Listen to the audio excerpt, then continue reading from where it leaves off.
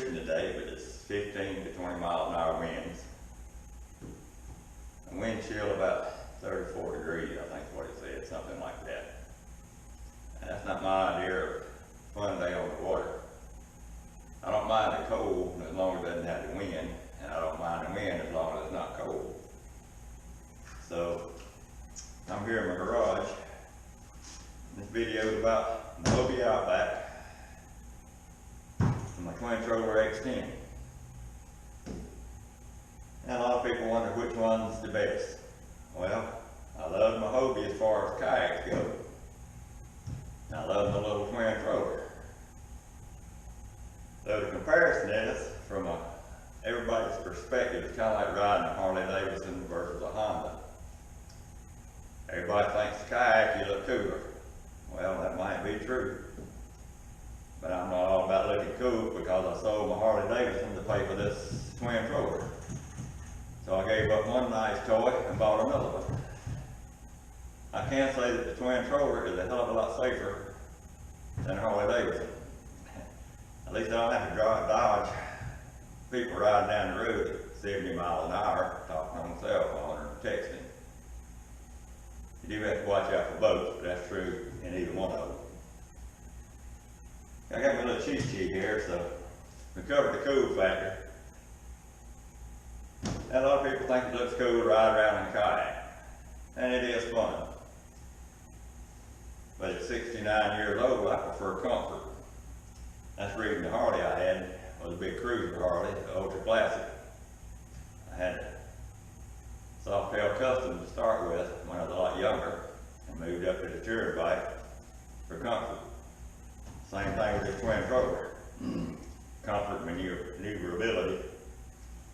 You're a whole lot more comfortable sitting up here than you are down here.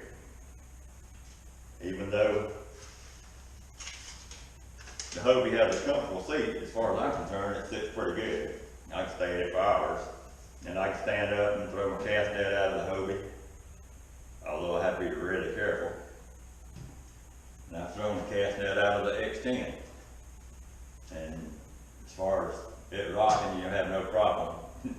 I did throw it one day and almost got out off balance and fell out of the boat just about. I caught myself going out.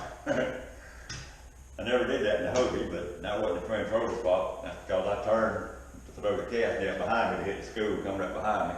I bait fish and got off balance. I won't do that again in either boat.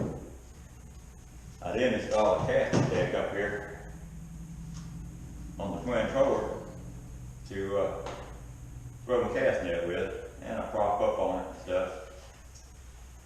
Here's my twin troller ambassador hat. Let you know I am a twin troller ambassador, but this is an unbiased opinion because I like both boats. As far as kayaks go, the hobie outback's a really good kayak. Alright, as far as speed goes, I'm going to do a little piece of paper. I lost it again. For speed, the two trolling motors versus the pedals on the kayak going into a current. The hobie's faster. Now I can paddle this easily at 4 miles an hour. Top speed, I've had it up to 6, but not for very long. So, at 4, I can go pretty good while. At 3, I can go for indefinite time. 3 miles an hour with the hobie is no problem at all. Pedaling, calm water or in the current, not a whole lot of difference. They're really easy to work. On a twin troller, going against the current, to get the same speed that I do out of my hobie, normally I have to crank the gas motor up. I have a 2.5 horsepower Suzuki on the back. I crank it up maybe once or twice a month, just when I want to hurry up and get back to the boat landing. Otherwise, I just troll against the current. If I'm not in a hurry, if I'm just going a short distance, half a mile, a quarter mile, or a couple hundred yards, I just throw my plug out and I troll on the way. And it does pretty good. The trolling against the current on here, between 1.5 to 2, depending on the current, what time of the day I'm in the tide. At the peak time of the mid-tide when the currents are strongest, between 1 and 1.5 going against the tide, especially if we got a headwind. Yeah, that's not too bad. You just want to troll. If you want to hurry and get to the boat landing, you crank up the gas motor. And that's the only time I use it. As far as maneuverability, there's no comparison in the two. The hobie's good going forward. You know, that's where it shines with the pedal drive. Maneuvering fishing, especially if you plug fishing, which is what I've been doing all winter, where you're doing just steady casting to the bank or whatever you're doing. The twin troller is just no comparison to the hobie. You just grind it with your feet. You got 100% control, whether you're in the middle of the current tide or the calm water, it makes no difference. Whatever you want the boat to do, it'll do just by mashing your feet. And you can just steady cast the whole time. You never have to stop casting unless you want to. And whereas with the hobie, there's a 28-acre lake in my backyard back here. In this development I live in, it's not my private lake. And I've had this boat in here, I've been here 1 year this month.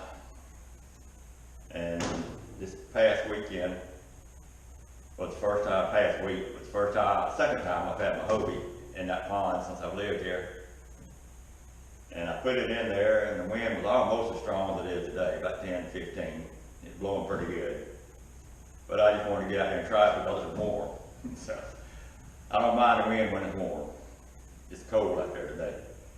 So I put it in and then I spent the whole hour or so out there fishing, fighting that wind because it was blowing me all over the place. But the bank in my backyard going down to the water, getting it in the water, even one of them would be no problem. Getting it out, it's a job for me to drag this hobie up the hill, even though it's grass, but it's pretty steep. I could never pull this up by myself. And these houses are so close together, these developments, I can't even get my truck in the backyard. So I can't use the trailer to get it in and out of the water. So I've never been able to get the twin troller in the pond. And I haven't seen anybody catch any big fish out here anyway, so it doesn't matter. I just go to the marsh. As far as taking the hobie to the marsh, I bought this in July this past year. So this is March. July will be a year that I've had it. The hobie hadn't been back to the salt marsh since I bought my twin troller, if that'll tell you anything. And the reason for that is because the hobie is just, the outback, I'll get this right in a minute. My twin troller is just so much more comfortable and easy to fish in than the hobie outback. So both of them have their advantages and disadvantages. The advantage on the hobie is the speed. The advantage on the twin troller is everything else. Comfort, fishability, maneuverability. The hobie will turn over. Knock on wood, I've never turned it over yet. And I've had it 3 years, I've been fishing out of it. I've never turned it over. And never really even came close to turning it over. And the twin troller, I stood up on this gunwale right here, a gun wall, whatever they call it, and jumped up and down trying to demonstrate it to a friend. And I never even got the water to splash up on top of it, holding on to the seat and jumping up and down as hard as I could go. And it would never even take on water. So as far as flipping it, I don't see how you can do it. Not without somebody running into you. I don't know a whole lot else I had. I lost a little piece of paper I had. I think I covered about everything. As you can tell, this is unscripted and impromptu because I was going to go fishing with my plan this morning until I saw the temperature and the wind chill and how much wind it was. Because I hadn't been fishing in a week now. And I'm ready to go back out there. But I'm not ready to sit out there 15, 20 mile an hour winds and it wind chill in the mid-30s. That's not fun. And it's low tide. I just looked at the tide chart a while ago. It was showing the wind at 19 down at the marsh. It's not all time accurate. The local weather said 15. The marsh thing said 19. So either way it's blowing. Both of them had wind chills around 34.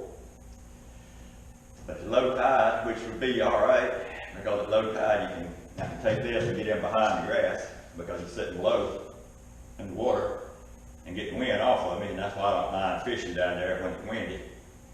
But at 34, wind chill, you can't get out of all the wind. And that's just not comfortable fishing. If it wasn't for the wind chill, I would still be down there. If it was in the 70s or 80s, I'd be on the water right now, showing you how this handles in the wind. I didn't feel like sitting out there freezing, so here I am. So I guess that about wraps it up.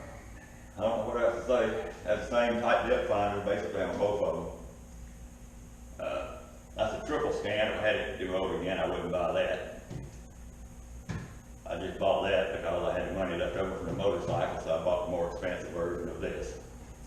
Both of them give me problems, so I don't know if I'll buy another Lowrance or not. So this isn't a Lowrance review, so much for that. I guess that'll wrap it up. If anybody has any questions about them, let me know. Like I say, both of them are good. I recommend the Hobie Outback if you want a kayak. If you want something, a fishing boat that you don't worry about being slow, especially for small water, Range Rover is the way to go. That's about it.